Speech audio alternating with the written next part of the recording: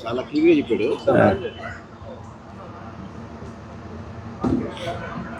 కావగదిలో పడేసారు కదా తీసుకొచ్చి. రోజు పేద ప్రజలకి, రైతువారీ కుటుంబాలకి ఇబ్బంది లేకుండా భూ పరిరక్షణ చట్టం అనే దానిని కేంద్ర ప్రభుత్వం అమల్లోకి తీసుకువస్తానికి ప్రయత్నం చేస్తూ ఉంది. అదొక సిస్టమ్ను ప్రవేశపెట్టింది. దానిలో కొన్ని ఇష్టమున్న రాష్ట్రాలు దాని మీద అధ్యయనం చేసి భూ సర్వే జరిపిస్తూ ఉన్నాయి. భూ సర్వే ఇంకా మన ఆంధ్ర రాష్ట్రంలో పూర్తి అయిన తర్వాత దాని వలన న్యాయ నిపుణుల సలహాలు తీసుకుని దాని వలన ప్రజలకి మంచి జరుగుతుంది అని భావిస్తే తప్పనిసరిగా అమలు చేసే పరిస్థితి ఉంది. లేదు న్యాయ నిపుణులు దీని వలన ప్రజలో లేదా రైతులో పొలం ఉన్న ఓనర్లో యజమాని భూ హక్కుదారులు పొలం హక్కుదారులు ఇబ్బంది పడతారని తేలిస్తే అది నిలుపుదల చేయవచ్చు. ఇంకా మన రాష్ట్రంలో దాని మీద ఏమీ అమల్లోకి రాలేదు. దానికి అనుసంధానమైన మనకు ఉపయోగపడే టోటల్ భూ సమగ్ర సర్వే మాత్రమే జరుగుతూ ఉంది మన ఆంధ్ర రాష్ట్రంలో. దాని మీద ఈ తెలుగుదేశం ప్రభుత్వం లేనిపోని అపోహలు వదంతులు సృష్టిస్తూ ఉన్నాయి. ఎవరి పొలాల్ని ఎవరో తాకట్టు పెట్టుకోలేరు. ఇదైతే 100% వాస్తవం. దీనిని మా రైతు సోదరులు భూ హక్కుదారులు ఎవరైనా కూడా గమనించండి. ఇదేమీ అమల్లోకి రాలా. కాకపోతే మామూలుగా ఆన్లైన్ సాఫ్ట్వేర్ రిజిస్ట్రేషను ఇంతకుముందు గుడివాడ పొలాలు, గుడివాడ డివిజన్ పొలాలు గుడివాడలోనే రిజిస్ట్రేషన్లు జరిగేవి. ఇప్పుడు అలా కాకుండా సులభతరం చేస్తూ రిజిస్ట్రేషన్ వ్యవస్థని ఈరోజు రాష్ట్రంలో ఎక్కడైనా కూడా రిజిస్ట్రేషన్ చేసుకునే వెసులుబాటు కల్పించారు. ఇంతకుముందు మనం బ్యాంకులో డబ్బులు వేసుకుంటే ముసలివాళ్ళైనా ఎవరైనా సరే బ్యాంకుకి వెళ్ళి చెక్కు రాసో విత్డ్రా ఫామ్ రాసో డబ్బులు నగదు డ్రా చేసుకుని తెచ్చుకునే పరిస్థితి ఉండేది ఇంతకు ముందు రోజుల్లో. దానిని సులభతరం చేసి డిజిటల్ ప్రపంచం చదువుకుని బాగా ముందుకు వెళుతూ ఉంది కాబట్టి అత్యాధునికమైన రంగులతో అత్యాధునికమైన వస్తువులతో మారుతున్న కాలంతో సమానంగా మనం కూడా మారాలి. కాబట్టి ఈరోజు ఏటీఎంలు వచ్చినాయి.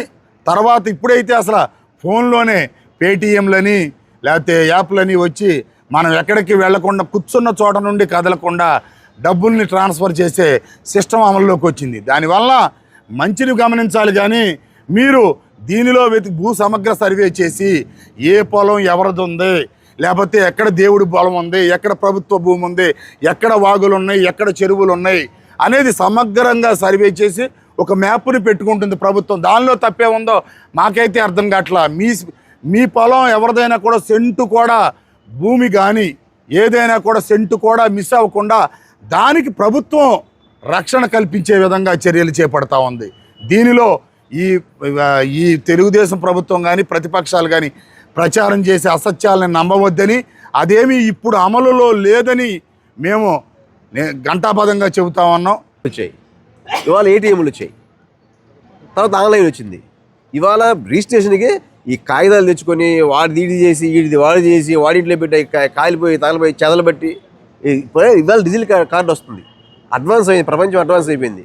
ఇది ప్రపంచంలో 90 దేశాలు ఇది అమల్లో ఉంది. పెద్ద పెద్ద దేశాలు మనంత 10 అందులో ఆస్ట్రేలియాలో కానివ్వండి, యూఎస్ఏలో కానివ్వండి, కెనడా కానివ్వండి, ఇలాంటి పెద్ద పెద్ద దేశాల్లో కూడా ఈ చట్టం అమల్లో ఉంది. అక్కడ కరప్షన్ తక్కువ. మనకి ఎందుకండి 10 చోట్ల రిజిస్ట్రేషను, 53 లక్షల కేసులు ఎందుకు కోర్టులో పెండింగ్ ఉన్నాయి? అక్కడ కూడా లిటిగేషన్ ఉంది. అక్కడ కూడా లాయర్లు దీన్ని అబ్జెక్షన్ పెట్టట్లా. మా లాయర్ సోదరులకు నేను రిక్వెస్ట్ చేసేది ఏంటంటే, ఈ చట్టం అమలు ఉన్న దేశాల్లో కూడా లిటిగేషన్ ఉంది, ఇంకా ఎక్కువ పెరిగింది.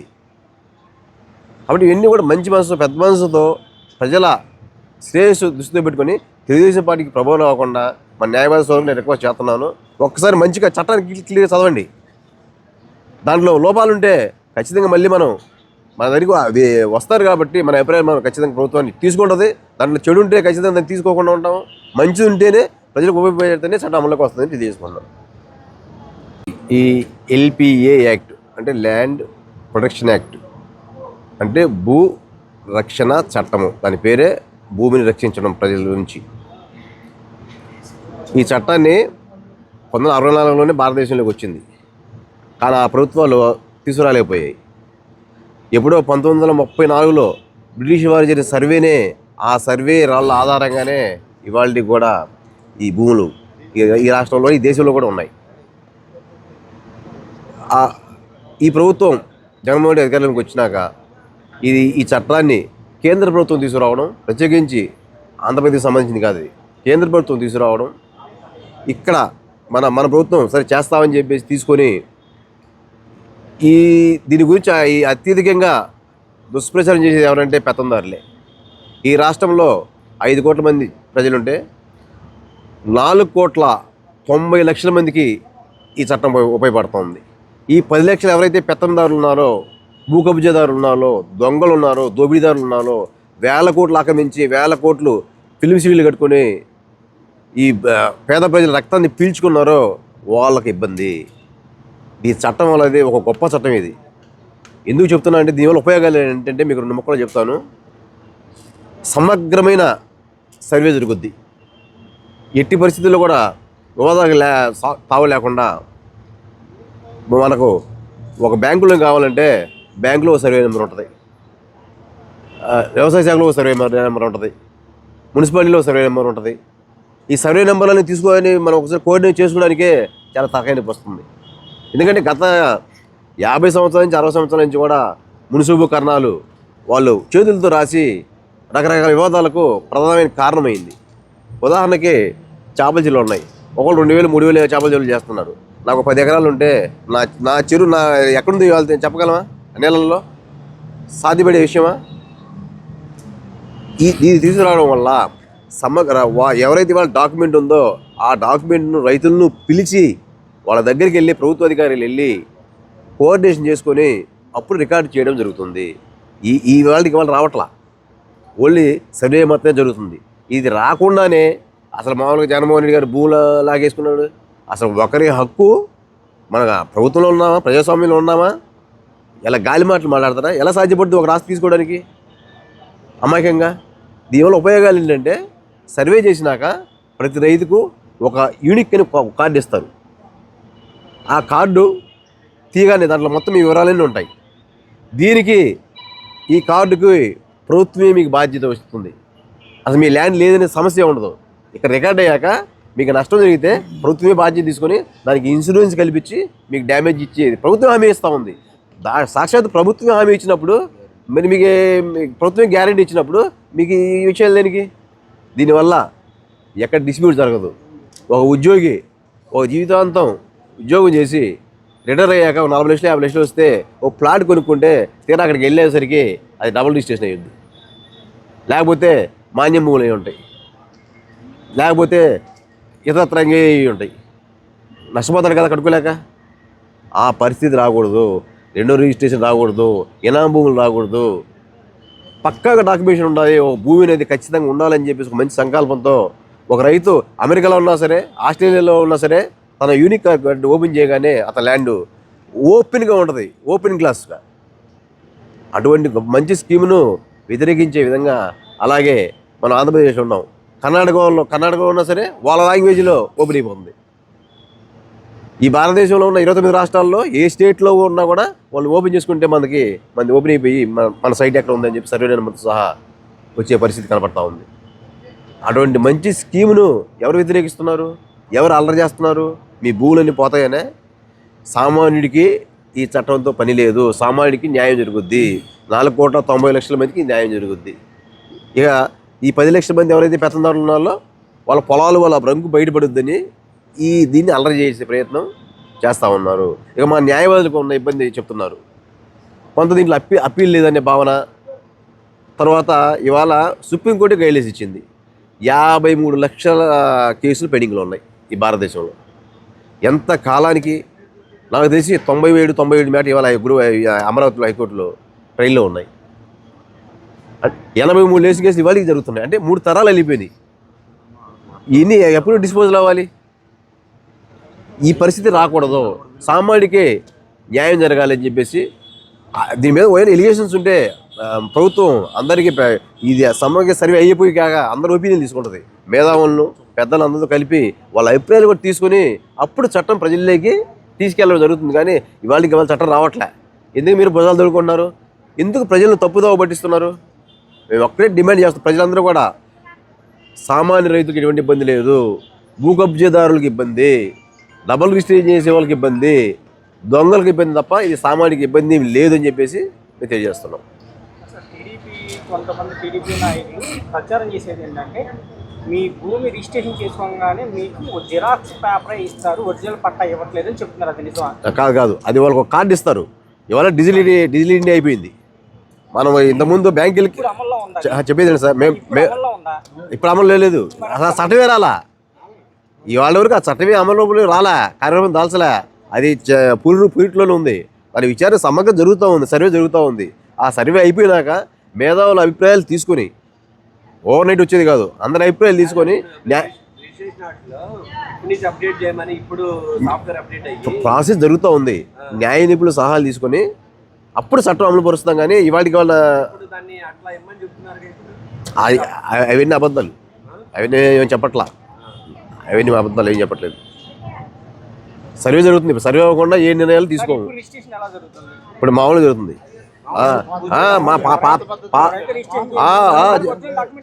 ఇస్తారు. ఇప్పటివరకు అలాంటి ఏమి లేవు. ఇది ఈ చట్టం అయిపోయాక అప్పుడు దాని మీద అందరికీ అప్పుడు కూడా యూనిట్ కార్డు ఇస్తారు. లేదు లేదు లేదు. ఇంకా మేము మా పోరాటం కూడా పేదలకి, పెత్తందారులకి ఎక్కడైతే ఈ డాట్స్ ల్యాండ్స్ ఉన్నాయో, చుక్కల భూములు ఉన్నాయో, లేకపోతే జమీదారీ భూములు అంటారు, ఆ భూములు ఎక్కడ పేద ప్రజలకు వచ్చేస్తాయో, పేద ప్రజలకి ఏదైతే పెత్తందారులు ఉన్నారో, తెల్ల పంచి కట్టుకుని బెళ్ళ పని చేసుకునే వాళ్ళు ఎవరైతే ఉన్నారో, వీళ్ళు ఈ చిన్న రైతులు, సన్నకారు రైతులు మా పక్కన రేపు పొద్దున కూర్చొని వాళ్ళు కూడా మాతో పాటు భూములు ఉంటాయి అనే అసహనంతో చేసేటటువంటి ప్రచారాన్ని ప్రజలు తిప్పికొడతారు.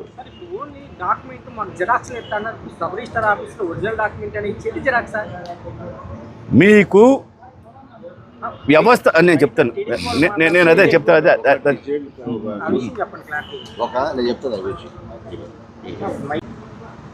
తెలుగుదేశం పార్టీ కేవలం అసత్య ప్రచారం, అసంబతిత ప్రచారం ద్వారా ఎన్నికల్లో గెలవాలి, మాయలు చేయాలి, కుట్రలు చేయాలి అని చెప్పే ఆలోచనతో తప్పితే ప్రజలకు సరైన సమాచారం అందిద్దామనే ఉద్దేశం కానీ, సరైన సమాచారం కానీ, వారిని ఎడ్యుకేట్ చేయడం కానీ చేయకుండా కేవలం అసత్యమైన ప్రచారాలు చేయటం దిట్ట.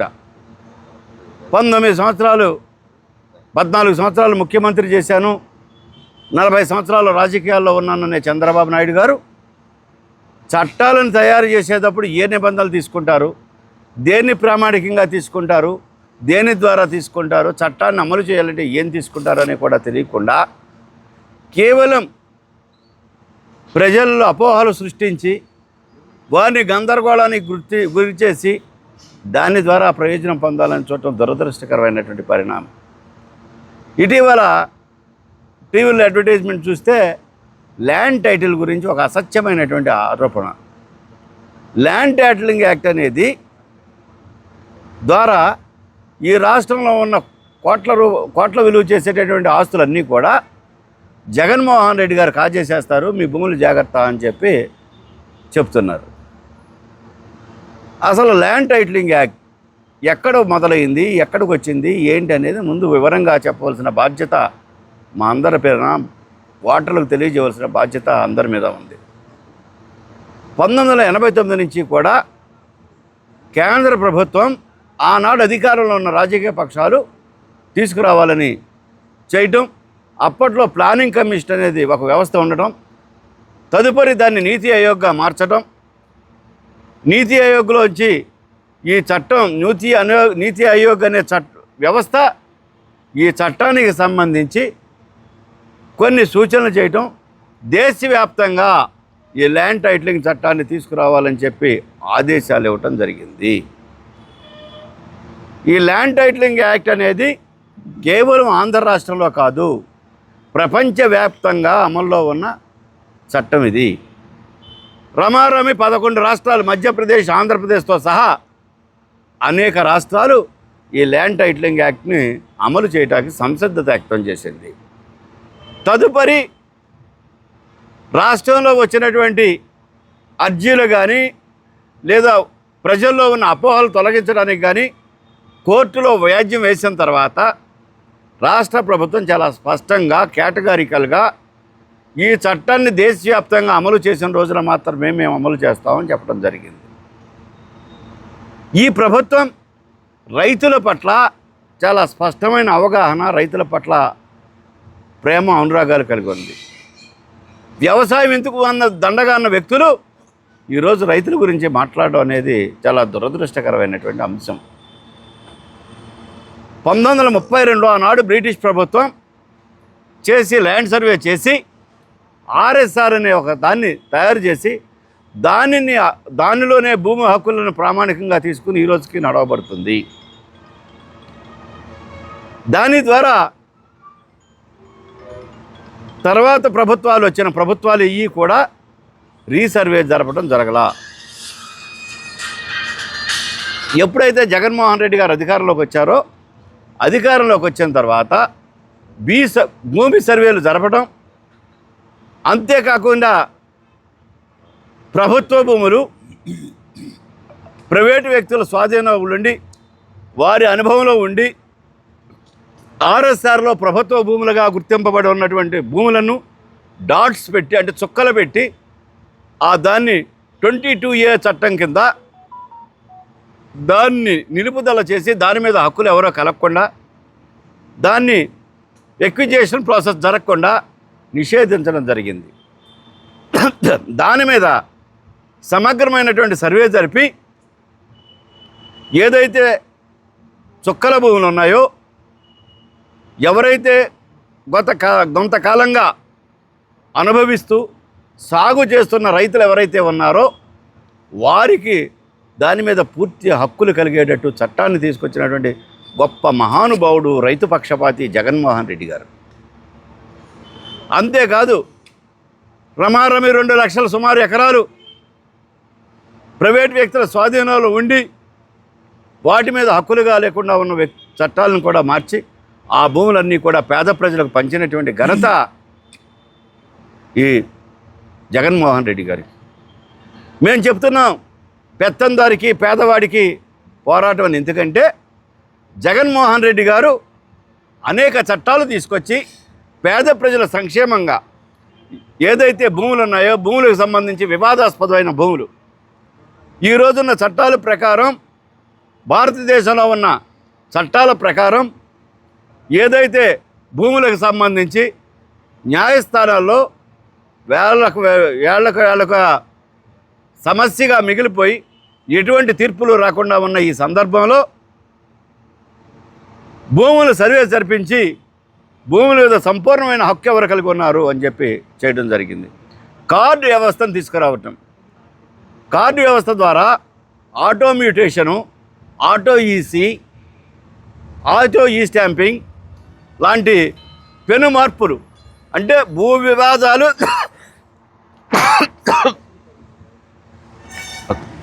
యజమానులు సంవత్సరాల కొద్దిగా సమస్య పరిష్కారం కాక వారి కుటుంబ అవసరాలకు వాడుకోవాల్సినటువంటి భూములను వాడుకోలేని పరిస్థితుల్లో ఉండడం, అందుకనే ఏదైతే ప్రింటెడ్ స్టాంప్ ఉండడం ద్వారా, నాన్ జ్యుడిషియల్ స్టాంప్ పేపర్ ఉండడం ద్వారా పాత తేదీలతో లేదా తేదీలు మార్చి స్టాంపులు తీసుకురావడం ద్వారా అనేక రకాలైనటువంటి భూ సమస్యలు ఏర్పడటం జరుగుతుంది. దాన్ని నివారించడం కోసం ఈ స్టాంపింగ్ అనే దాన్ని తీసుకొచ్చి, ఈ స్టాంపింగ్లో ఏమడుగుతారు, నువ్వు ఈ స్టాంపుని ఏ పర్పస్కి వాడుతున్నావు అనేది కూడా. గతంలో స్టాంపు నీ పేరు లేదా కొనుక్కునే ఎవరి పేరు మీద కొంటున్నావు, తేదీ, అమ్మిన వారి పేరు తప్ప మిగతా వివరాలు ఏమి ఉండేవి కాదు. ఈరోజు ఈ స్టాంపు ద్వారా స్టాంపు ఎవరు కొంటున్నారు, ఎవరికి వరకు కొంటున్నారు, వారి ఆధార్ కార్డు నెంబర్ ఎంత, వారు ఏ వినియోగం కోసం ఈ స్టాంపు కొంటున్నారు. నేను ఎలక్షన్లో అఫిడవిట్ కోసం ఒక స్టాంపు కొంటే ఆ stamp election purpose, affidavit purpose కొంటున్నామని కూడా రాయాలి. అంటే సాధ్యమైనంత త్వరగా సమస్యలను పరిష్కరించాలి. అంతేకాదు, నేను గొర్రెల శ్రీనివాసరావు గారి దగ్గర 2 ఎకరాలు, ఎకరమో లేకపోతే 50 సెంట్లో పొలం కొనుక్కుని 30 గజాలు 300 గజాల స్థలం కొనుక్కుంటే దాన్ని రిజిస్ట్రార్ కార్యాలయంలో రిజిస్ట్రేషన్ చేయించుకున్న తర్వాత మళ్ళీ తహసీల్దార్ కార్యాలయానికో మున్సిపల్ కార్యాలయానికో చుట్టూ తిరిగి దాన్ని టైటిల్ ట్రాన్స్ఫర్ని పట్టా మార్పించుకోవడానికి పేరు మార్పించుకోవడానికి రుసుము చెల్లించి మళ్ళీ ఆఫీస్ చుట్టూ తిరిగి కొన్ని సంవత్సరాలు అనేక రకాల ఇబ్బందులు ఎదుర్కొని వాటిని మార్పు చేసుకోవాల్సిన పరిస్థితి ప్రస్తుతం ఉంది. దాన్ని నివారించడానికి గాను ఏదైతే టైటిల్ ట్రాన్స్ఫర్ ఉందో దీన్ని మ్యూటేషన్ అంటారు.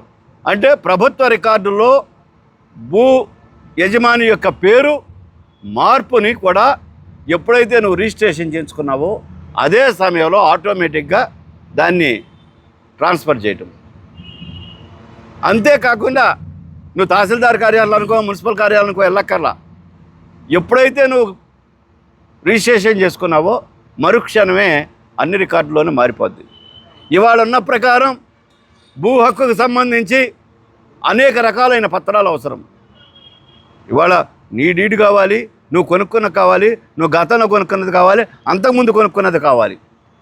కానీ రేపు వచ్చే చట్టంలో ఇవన్నీ కాకుండా సింగిల్ ట్రాన్సాక్షన్ కనపడుతుంది. ఇన్ని ప్రయోజనాలు ఉన్నాయి. ఈరోజు రాష్ట్ర ప్రభుత్వం అమలు చేస్తానని చెప్పలా.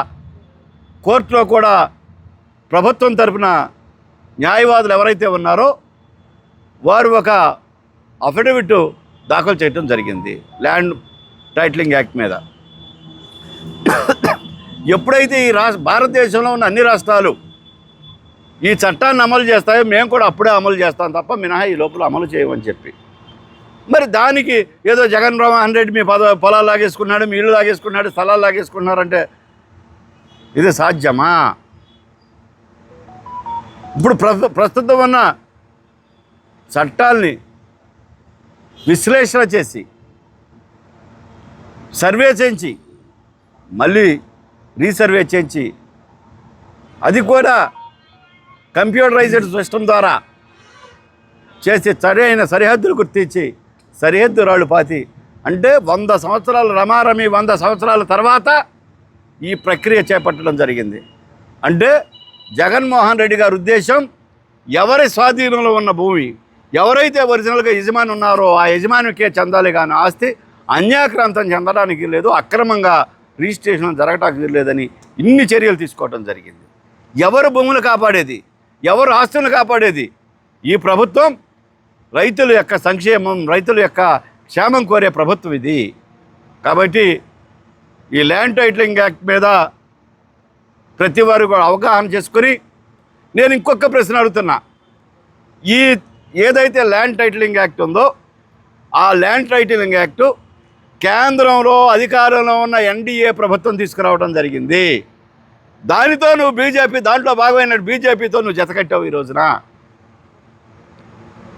ఆ జతకట్టిన బీజేపీ కానీ నువ్వు కానీ ఈ చట్టాన్ని నేను వ్యతిరేకిస్తున్నాను, నా మేనిఫెస్టోలో ఈ చట్టాన్ని వ్యతిరేకిస్తానని పెట్టగలరా అని ప్రశ్నిస్తున్నాను. నేను ఎందుకు అసత్యమైన ఆరోపణలు, అసంబంధమైన ఆరోపణలు ఎందుకు చేస్తారు? లేదు నేను ల్యాండ్ టైటిలింగ్కి వ్యతిరేకంగా ఉన్నాను, నేను బీజేపీతో జతకట్టను, బీజేపీకి నాకు సంబంధం లేదు అని చెప్పి నువ్వేమన్నా ఈరోజు చెప్పగలగరా? నిన్ను నమ్మక కనీసం నువ్వు ఇచ్చినటువంటి మేనిఫెస్టోని కూడా బీజేపీ వారు కనీసం చేత్తో తాకేటటువంటి సాహసం కూడా చేయలేకపోయారంటే నువ్వు చేసేటటువంటి మేనిఫెస్టోకి శాంటిటీ లేదు, నువ్వు ఏ నిమిషమైనా ఏదైనా మాట చెప్పగలవు, మాట చేయగలవు అని చెప్పి బీజేపీకి కూడా నీ మీద అంత నమ్మకం, నీ సహచర పార్టీకే నీ మీద నమ్మకం లేదు. నువ్వేదో ప్రజలను తప్పుదారి పట్టించాలి, ప్రజల్ని మైండ్ మార్చాలి అని చెప్పి గేమ్ ఆడితే దానికి నువ్వే మూల్యం చెల్లిస్తావు. ఏదండి జగన్ బొమ్మలు వేసుకుంటున్నారు, పాత రాళ్ళ మీద బుక్కుల మీద అవి ఎందుకు వేయమని అడుగుతున్నారు. ఎక్కడున్నాయి పుస్తకాలు?